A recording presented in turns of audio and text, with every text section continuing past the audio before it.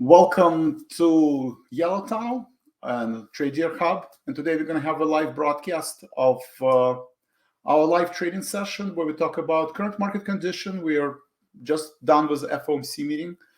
What to expect going into the end of March, going into the next earnings season that starts in the middle of April. And we're also going to talk about earnings. We had Micron earnings today, and then actually yesterday.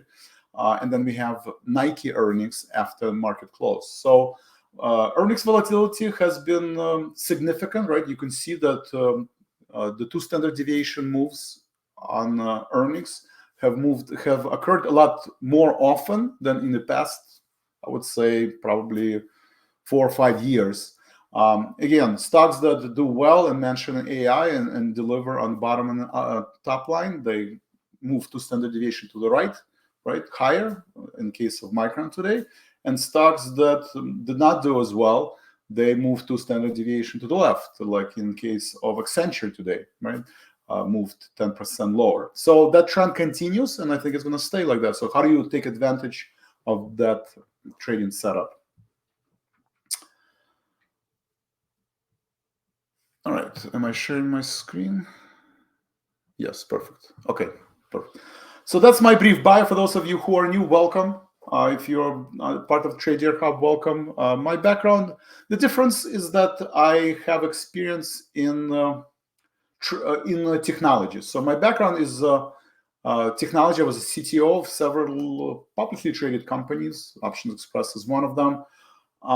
And I started Yellow Tunnel about 5 years ago, and always been in technology, right? So we have a team of financial engineers that are constantly building new models and enhancing our existing models using latest advances in artificial intelligence, neural networks. We cluster stocks into different categories, and then we find the best models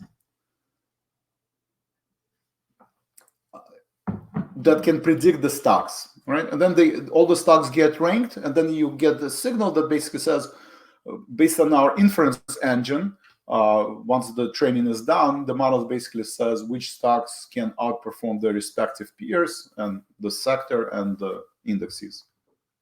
So that's our background, my background. And then I actually trade these signals in the live trading room, and we'll see that today. Disclosures are important, so please read them. Obviously, trading stock and options involve risk, not suitable for everyone. So it's important if you're new to trading stock or options to visit optionsclearing.com so you can understand the risk associated with trading stock or options. I'm not a financial advisor. I'm not registered with FINRA nor SEC. I'm showing you what I do in my own account based on my own risk tolerance level for general education and information purposes only. Please consult your financial advisor prior to making any trading decisions. Bob, Brad, Cecile, Patrick, Thomas, welcome. Fred, Steve. Do me a favor, type in yes, just to make sure you guys can hear me and see. I want to make sure that we are not missing anything. Bob, thank you.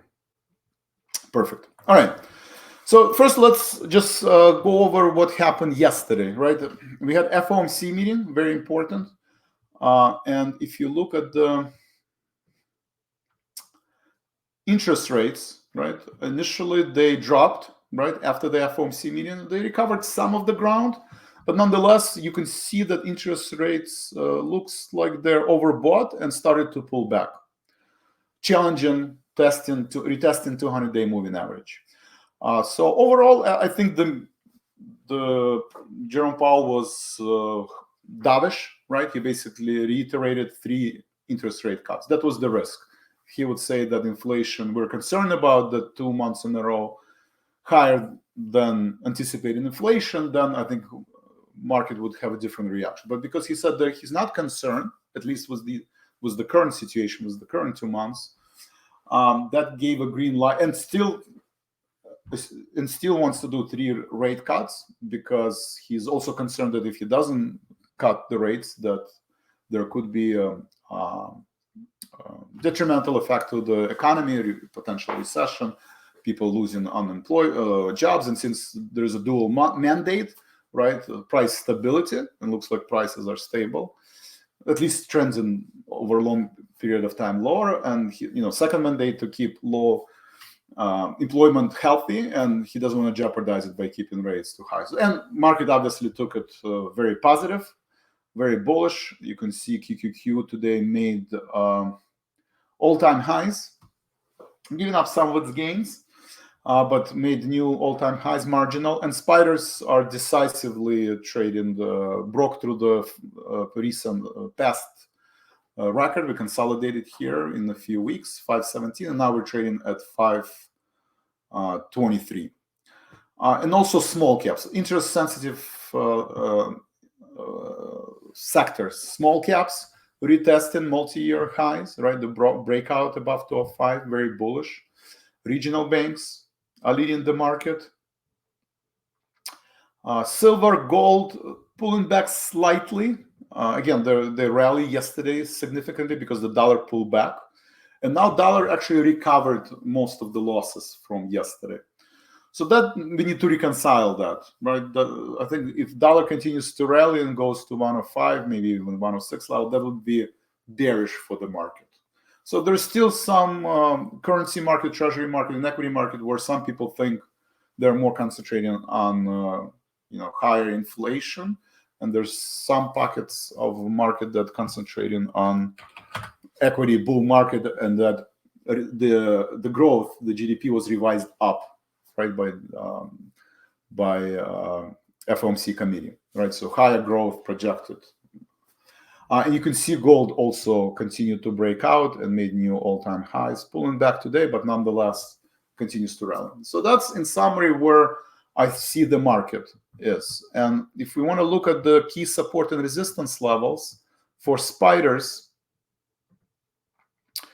basically 520, 512, if you zoom out 6 months, the overhead resistance is at 520, the support is at 512, right?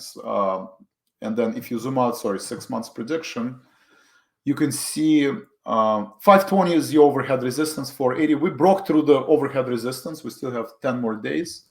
So you can look at positioning, right? I'm using Trader Hub, Trader tools to find dealer positioning on spiders.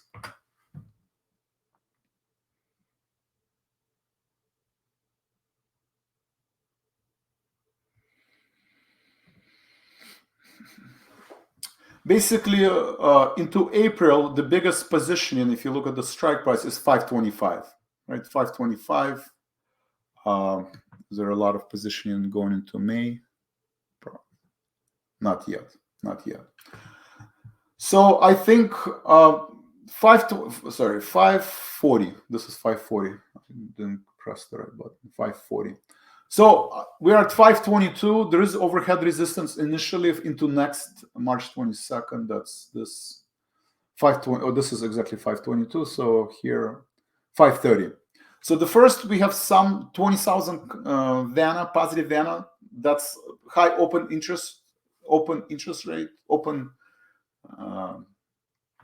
just open interest, not open interest rate. Open interest, a lot of demand for buying and selling 530 calls. And much bigger positioning is at 540. So somewhere between 530 and 540 is where you can potentially see the market moving to the upside as we approach in the earnings season.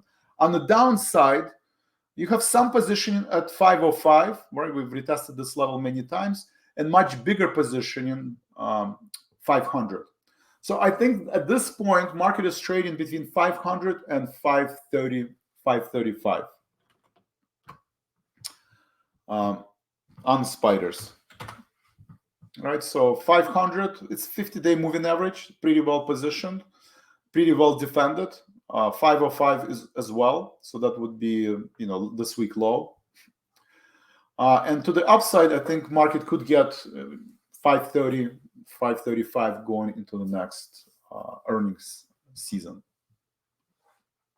All eyes are on small caps. A lot of people are bullish on small caps. It's trying to break out from this overhead resistance. And if you zoom out and look at the weekly chart, you can see this is a multi-year overhead resistance, right? So I'm looking at these peaks.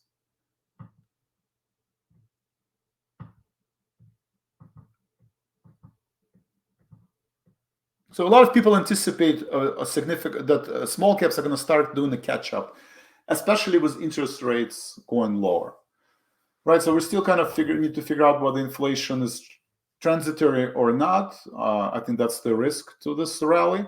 But if you just look at the price action and ignore, inflationary data, we do want to see kind of this above average move to the upside. And I think it's just a matter of time. It's just the question, is it going to be this? Well, probably maybe not this quarter. This quarter is coming to an end, but probably Q2, Q3, I think there will be a move to the upside in small caps. So a lot of people are waiting for that. We've seen this in biotech, right? We had a strong upward breakout. It consolidated back to the support line. Support line held. I think we need to get clear 105 level on biotech. Banks, right? These are the main beneficiary of the current environment. JP Morgan, kind of a vertical move to the upside. Citigroup, Wells Fargo, vertical move to the upside. Industrials are one of the main beneficiary. Continue to move vertically. Stocks like General Electric, right? Kind of continues to make new highs. So cyclical names, right? You have late cyclical names like energy, right? If you look at MPC, or if you look at the ExxonMobil, you see that commodities. Make sure I didn't miss any messages. Okay, how are we doing on Trader? Trader is good. Last time I forgot to share. Okay, so we're good on Trader. So ExxonMobil, so energy, financial, industrials, materials. That's where we lead in the market. QQQ is mega cap technology struggling, right? Well, if you look at Apple today, right? So struggling, was year-to-date low, continue to post in new lows. Apple, Tesla, right? These are the underperformers. And Google's of the world, the outperformers, they're still kind of trading sideways. They're not making new highs, including actually NVIDIA, right? The leader, not participating in the current rally. I mean, off the lows, but not making new highs. So it's definitely, you have to be selective in which asset classes you're going after, right? And not all stocks moving in equal. So having models, right? You can see it. We publish every day, let's say aggressive power trader, right? Every day we publish which stocks can outperform the market. So you have Morgan Stanley, right? Predicted today. Morgan Stanley is up significantly today. Citigroup was the signal, significantly up. Credit cards like Capital One Financial, right? Significant move to the upside, trying to break out. So model is doing a good job, basically ranking all the stocks, assigning them probability of moving higher, and based on inference says, well, these stocks for today, I think are going to go higher, right? And if you want, instead of short term, if you want weekly trader, then you could go to weekly power trader and kind of review signals, American Express, General Electric, LA Lilly. So these are the signals for a little bit longer term, and then I trade them, right? You can look at the orders and positions, and you can see, I actually traded JP Morgan today. I don't trade all signals, but you can see the performance and you can see the actual individual trades. All right, so any questions on sectors and what to expect? Sorry, my wife just relentlessly.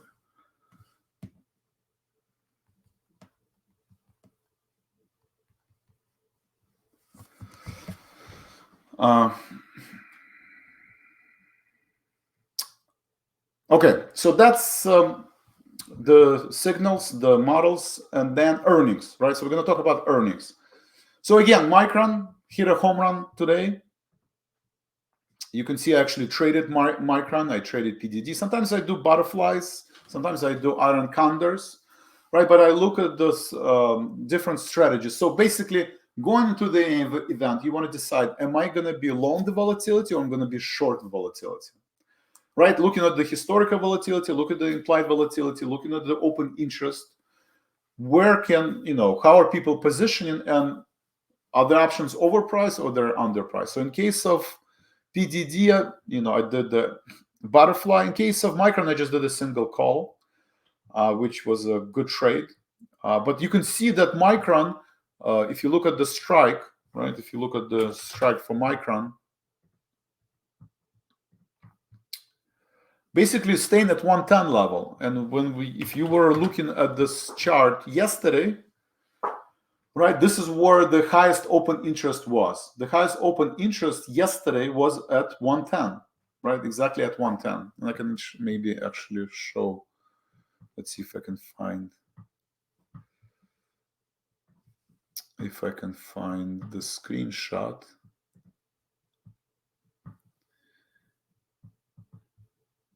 Actually save them all so I can reference. Right, saving these screenshots I think are important. Also important to keep a journal, right? You want to keep a journal so you always document all your trades.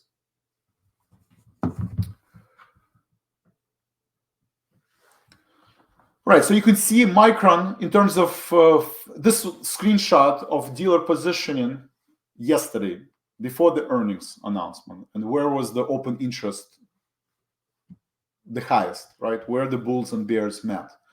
So you have, if you can see it here, the March 22nd, the highest interest was at 110. And then pretty large negative VANA in the April. So we have weekly and monthly, the highest was concentration at the strike 110, right? The highest concentration. And that was actually 2 standard deviation. Micron hasn't moved more than 10%. I think ever, actually. I mean, you have to go, at least past 5-10 years to see Micron moving 15%, right? Because why? Why is today 15%? Well, because of AI, right? You get rewarded if you mention AI, and especially if you actually able to monetize it, right? And sell more chips, and the demand for chips is growing, right? So then you move to standard, right? I think I'm reading a book by Black Swan Event, right, by Talib, and he actually talks about his famous hedge fund quant. He writes different books, Anti-Fragile. So I'm reading Anti-Fragile by Nassim Taleb, and he talks about probabilities, right, and that were conditions to say that, well, if the stock never moved 2 standard deviation, it's not going to move today, right? And that's not the right assumption, right? It might not move in the past 10 years 2 standard deviation, but this year or in the past few quarters, it moves beyond the 2 standard deviation, right? So you have these tail risks, right? And the tail risk events, the probability of them rise in this current market environment. And that's why Micron has actually moved up 15% and kind of frozen at the 110 strike price level. Any questions on Micron, on current conditions? Bob, Brad, Selma, Foos, Patrick, Todd, Thomas. Okay, so that's Micron. We have 223. Let's talk about, I did my homework. So I did Nike, FedEx, and Lululemon. Lululemon is not liquid, $470 stock. One contract, you're trading $40,000, right? So average account in Yellow Tunnel is $10,000. And I think even in the United States, it's a little bit, maybe $7,000 average account. So trading one contract of Lululemon, $47,000, doesn't matter what your view is, right? Just like Nassim Taleb said in Anti-Fragile, that doesn't mean that it's not going to move beyond your anticipated level.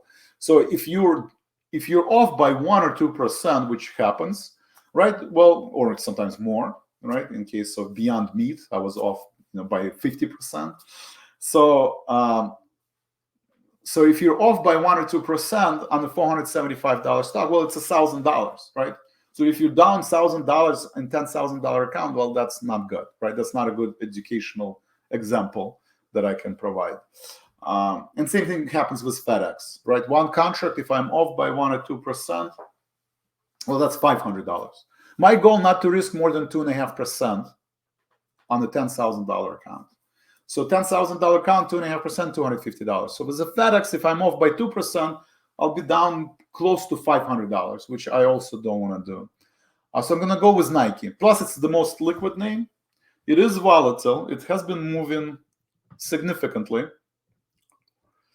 above about 10%, 11% in the past few quarters, right? They're dealing with inventory, with China issues. So I think it's going to be the same reaction, right? Like PDD, in example, right? Well, this is Chinese retail name, right? It's not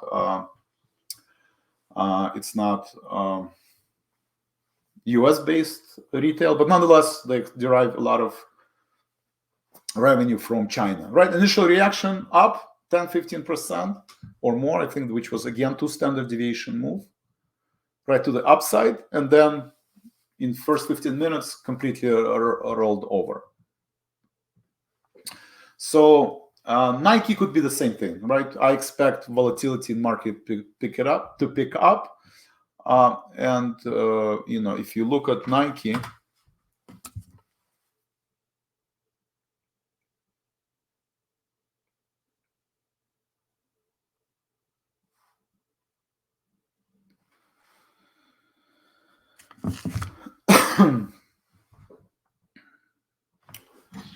sorry. So an example of Nike, I did my homework, right? And I looked at the implied volatility move. Let me just double check.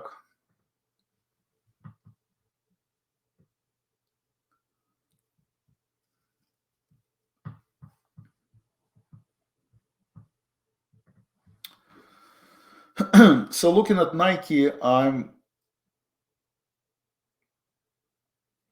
so the put, 90 put, right? Big demand, relatively big, right? April 19. No, actually, large demand, right? So minus 2,000 VANA, right? This is sensitivity of change in price of stock and options to the volatility, right? So, but that's maybe not as important. What's important is that it's negative, right? That means people are selling puts. They're very bullish on Nike. They think it will not break below 90 level, right? Similar to Micron setup. And that it in very large position at 110, the front week, right? March 22nd, the biggest position is 110, implying 10% move in Nike, right? So the implied move is 10%, which is how much it moved. Beyond, this Friday, if you go into April, some people actually think it can get to 120, but that's by April. If you take April away, biggest position is at 110. And it's pretty well hedged with next week at 114. So I think it will gravitate toward 90 if, they have China problem and inventory is building and nobody wants to buy Nike shoes because they buy on air and dozen other brands. Or it's still a very popular brand. They resolve their inventory issues. Excuse me. And just like PDD, initially it can gravitate toward 110 strike. Sorry, I'm getting a little bit sick again. So how can you set up this trade where you don't risk a lot, right? Because just because it's at 110 doesn't mean it can go to 120. Right, it could move 20% up. Right now it's trading at 100. Excuse me. And just because it is at 90, that doesn't mean it cannot move to 85, right? But that's where the supply and demand meets. So I propose to do butterfly. Propose to do butterfly with the assumption that it's probably not going to sit idle. I mean, butterflies are great. Directional butterflies are great if you have move to the left or to the right. But if it just stays in the middle, right, and moves 1 standard deviation, well, then this is going to be a losing trade, but you are risking small amount to potentially, just like in Micron, you can make 2 times your investment, 3 times, and so on and so forth. Depends how much risk you want to take and how much you want to structure it. So let's set this up.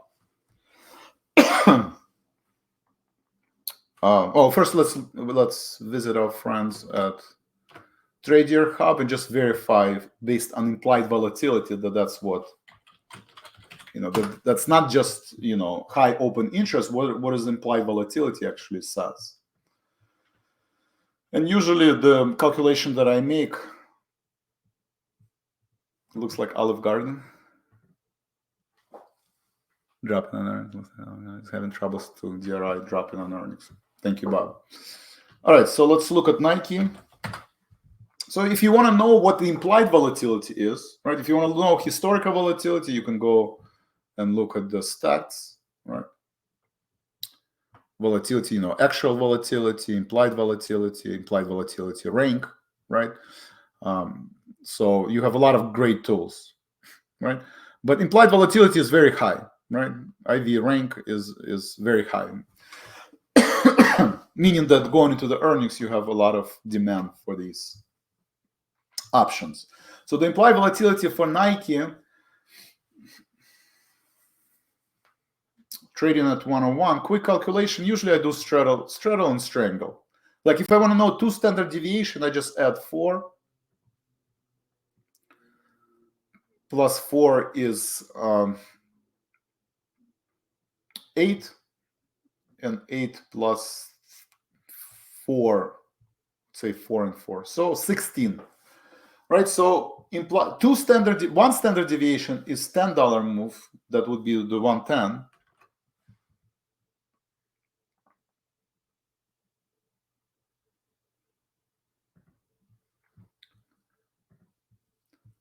And 2 standard deviation move would be 16, which would be close to 116 level, right? So 110, 116 level.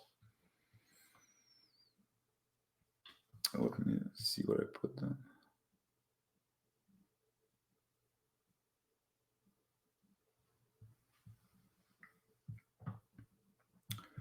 All right, so let me look at what I did.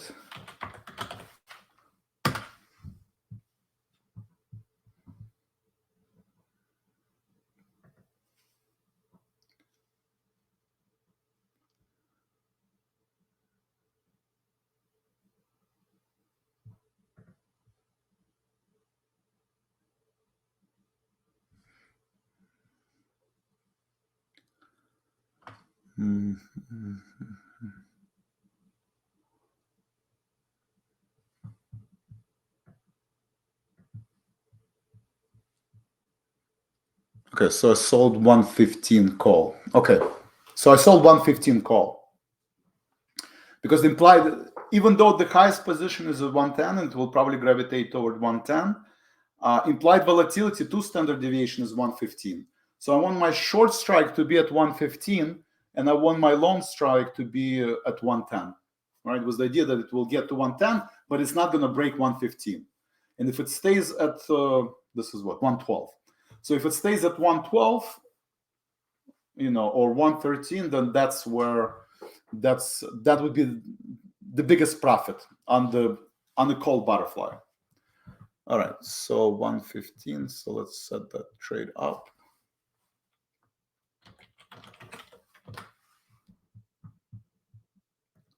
Let me know if you have any questions why you decided to select this strike. But I'm going to set it up and show to you shortly.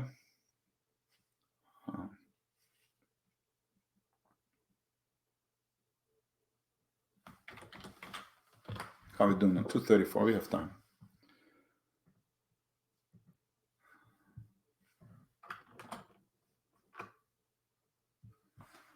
So basically what I'm doing here is I'm selecting 215 to be my middle strike, 115 to be my middle strike. That's the sell.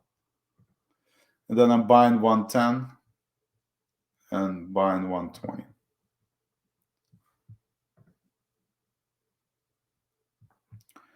Sell 2, buy 1, buy 1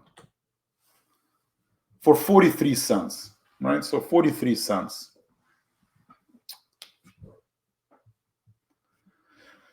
You can have a broker if you don't think it's going to get to 120, right? If you don't think it's going to get to 120, right, because there's not a lot of demand and supply, then you can get cute and maybe instead of 120 have like broken wing butterfly buy 122, and then instead of 42 cents you're going to spend 38 cents. I'm not sure if it makes sense for 4 cents.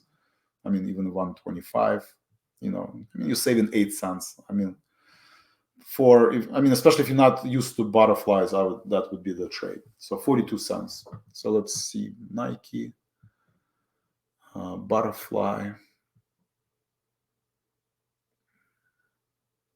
strike interval 5.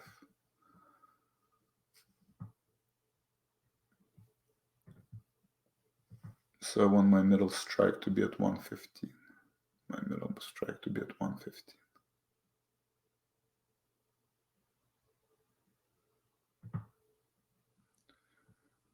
It's 42 cents.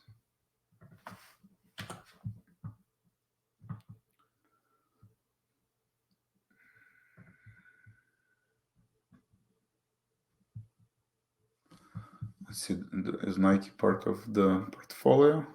Yes, it is. Okay.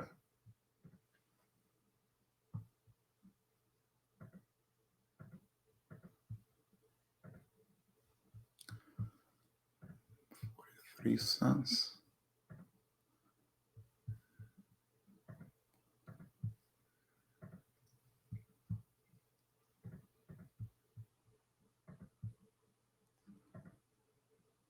Okay, 44 cents.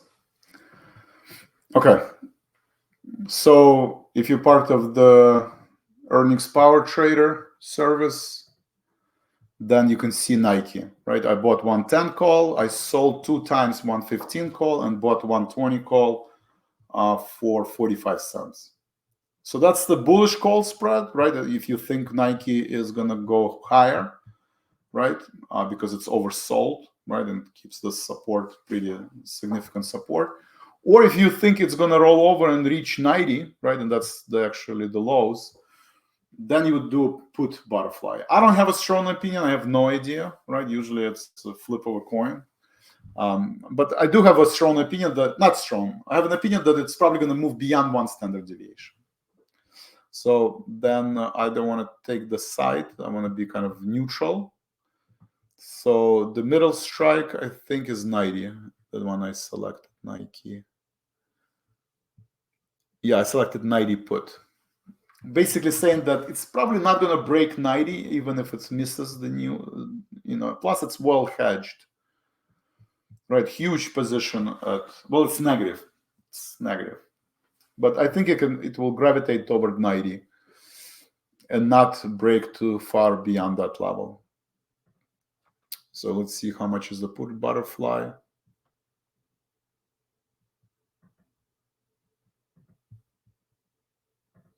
Maybe move out a little bit. Let's see.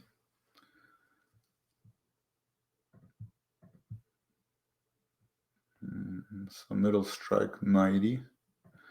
It's a little bit expensive, 74 cents.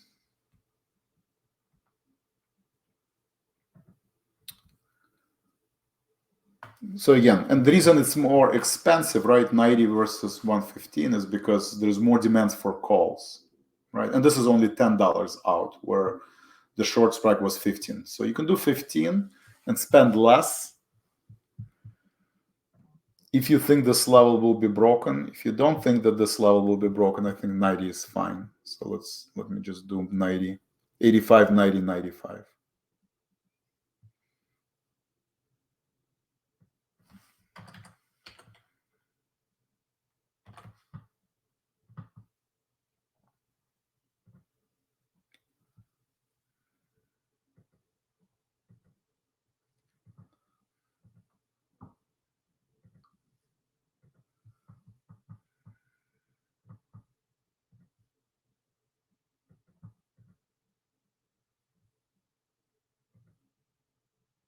Okay.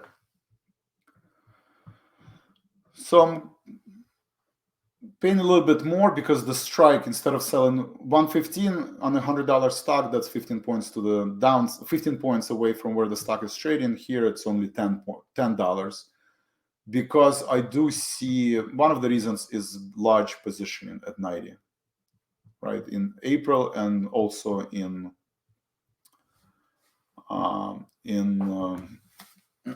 weeklies. So I think it will gravitate toward 90, right? So in the ideal world, if it drops to 90 and stays at 90, that would be maximum gain.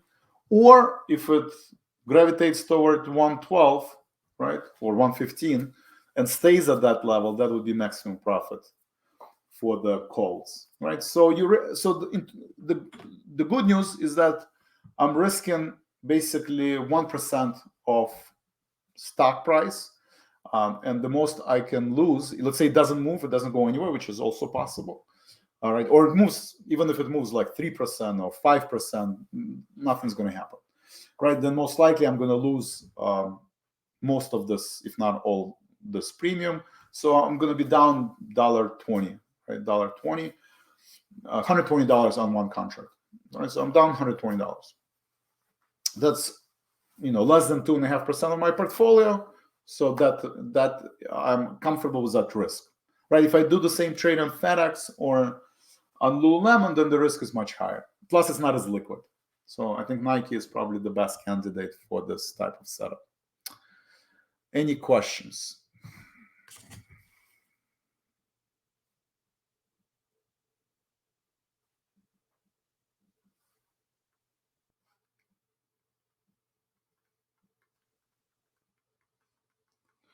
Sorry, my wife is giving me a to-do list, and she cannot wait till this is over. Apologize. Okay. Questions? Bob, FedEx. So I can tell you what I'm trading on FedEx. Yes. So I did FedEx. Again, you need to have higher capital. But FedEx, I did the same thing. I did the put spread and the call spread, right? Because FedEx is also, I think, is going to be volatile. So the middle strike that I chose for FedEx is 295, right? 295. The open interest kind of widely distributed, right? You don't have like a strong opinion like we had in Nike, right? You have some positioning at 280, probably not, but you do have a lot of positioning here. 300, right? So 300, I did. Yeah, so I think if FedEx hits a home run, it will move at least 10%, right? And implied volatility actually on FedEx, it could be, 295, right? So based on implied volatility and historical volatility, it's 295. So I propose 295, 300, right? I did 295 because, well, this is 300. I came a little closer. But I would select 300 as your strike, right? And 295 call is trading at 75 cents. 75 cents. So I think if there is a positive surprise, it could get to 295, 300 on FedEx.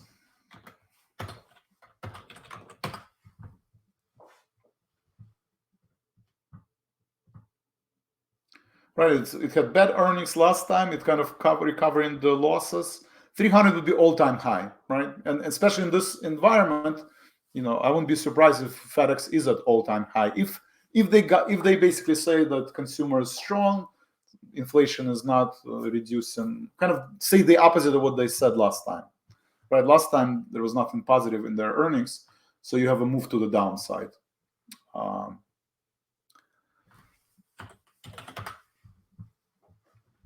And you see transportation sector is basically at all-time high, right?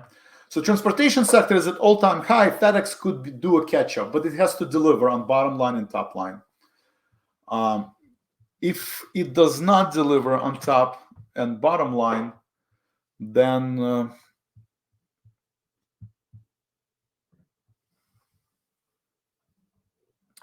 215, 235. So you do have a lot of put buying at 230. You do have a lot of put buying at 230, and then let me see what put did I buy. So I sold 230. Yeah. So you have a very positive Venom. So a completely different picture from Micron, right? From Micron or even Nike, right? If you look at Nike, based on the current volatility, right, weighted volatility skew, you have negative Venom, right? You have negative Venom. What does that mean?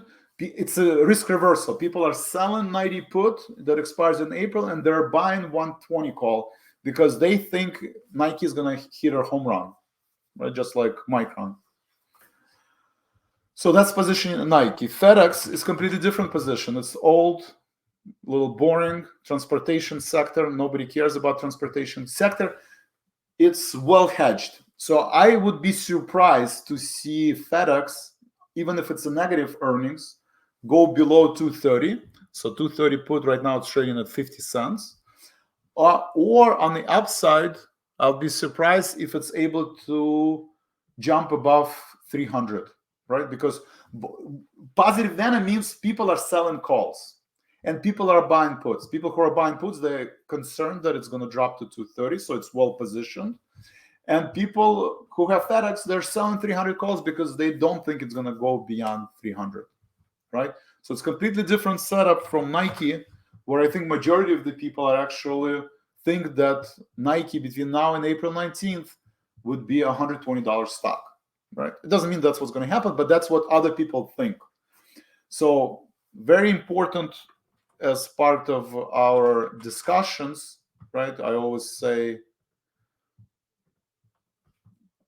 game theory is very important. If you don't know what a game theory is, right, then I strongly encourage you to look it up, right? Trading psychology. It's not important what Vlad thinks or what, Bob or Fred thinks. It's important to see what majority of the people think, how they're positioning going into these events, right? And FedEx mindset is completely different from when you go to Micron, right? And that is going to be reflected in the price action after the earnings are going to be announced.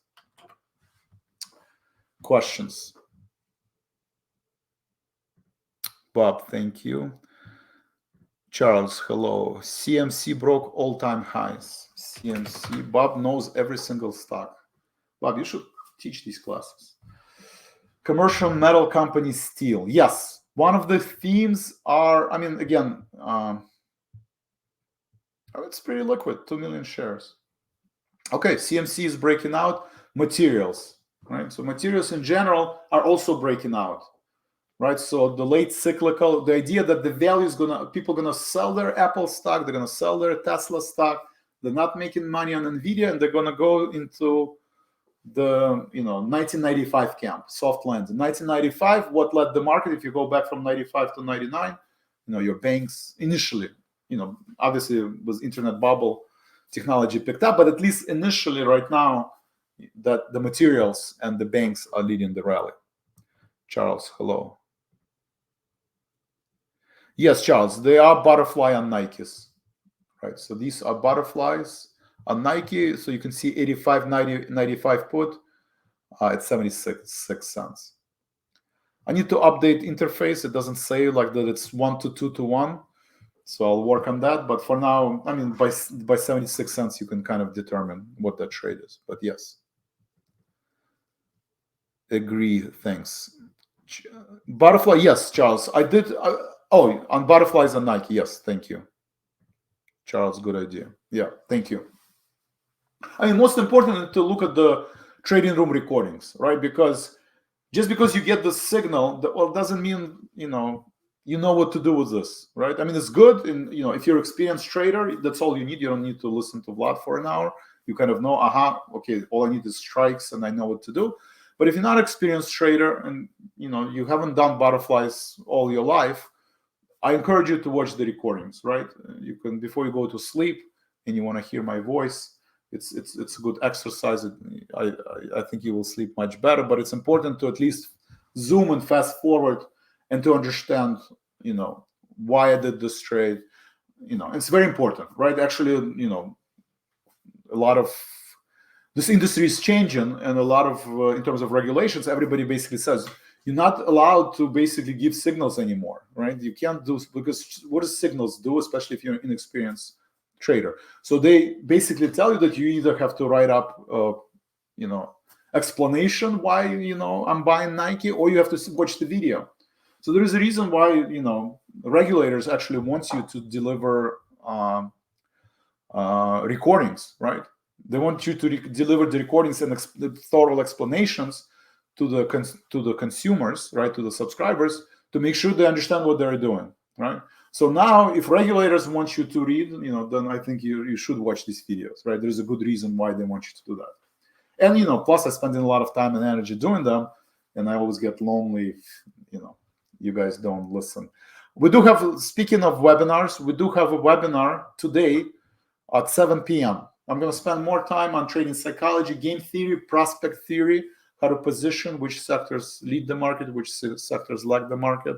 But this is important discussion, and I hope you can join me today at 7 p.m. Chicago time, Central time. If you're New York, Florida, or East Coast, 8 p.m. If you're in California, like Max, then it's 5 p.m. Max, are you in California? I think you are. Could be wrong. Okay. It is 251. The other good thing is when I did iron condor, because when you sell volatility, right here I'm buying volatility because I think vol is going to go higher. But if you're selling volatility and doing iron condor, then you have to make sure that you don't have the 2 standard deviation move. Here you have a butterfly. You know what your maximum loss is. You know what your maximum gain is, and then you just tomorrow we'll see if where the stock is going to trade. Any questions? I do like to leave a little bit earlier. What is the best exit strategy on Nike Butterfly? So tomorrow, what I do and what I did last time, I think we'll do, let's see.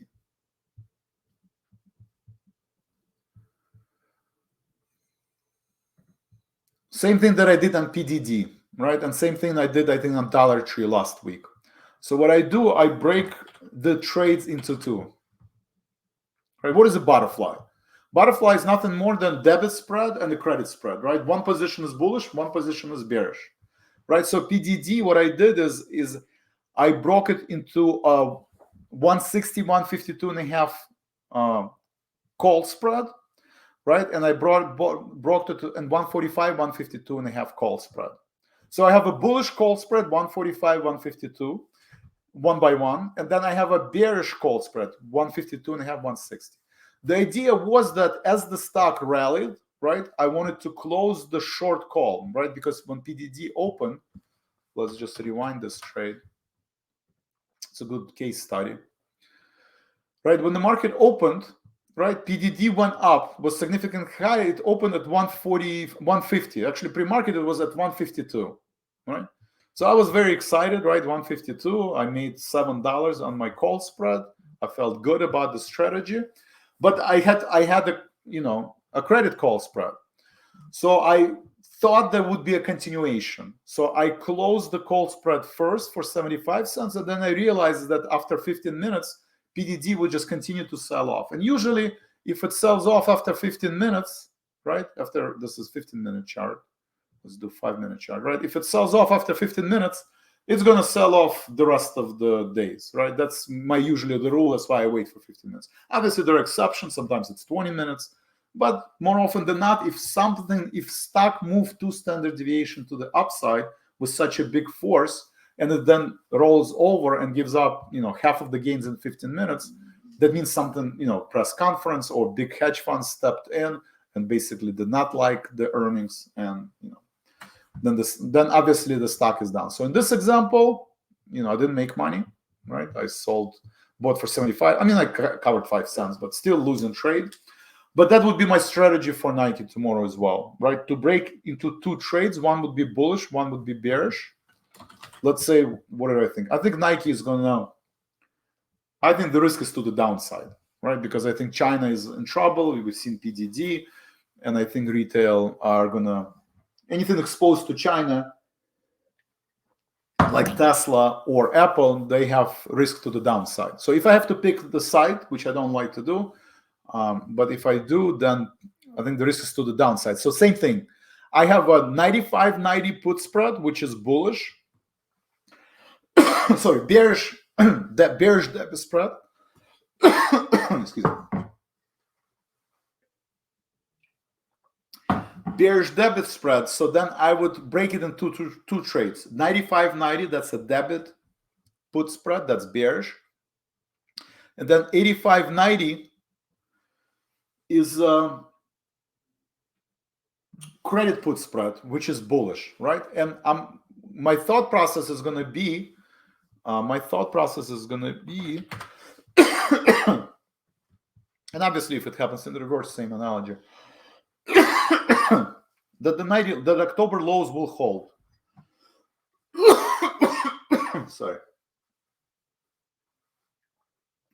That the 90 level will hold, and idea to first close the close the debit spread if it reaches $5.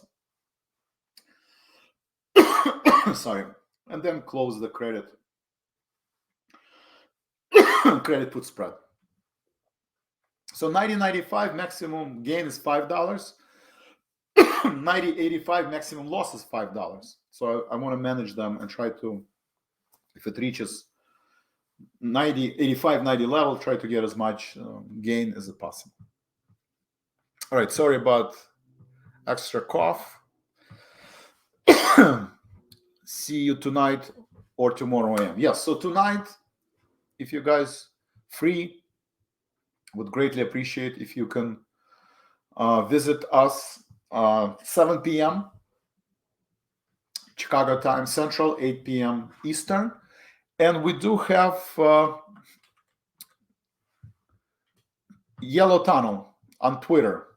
A lot of webinars, a lot of blogs. You know, every time I appear on Trade Year, it's get posted. So please follow us on Yellow Tunnel for timely updates, timely, signals. And I think hopefully you will enjoy the content. So please find us and follow us on Yellow Tunnel on Twitter X platform.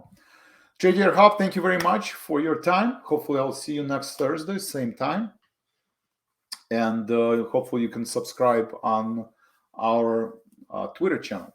Thank you very much and have a great day.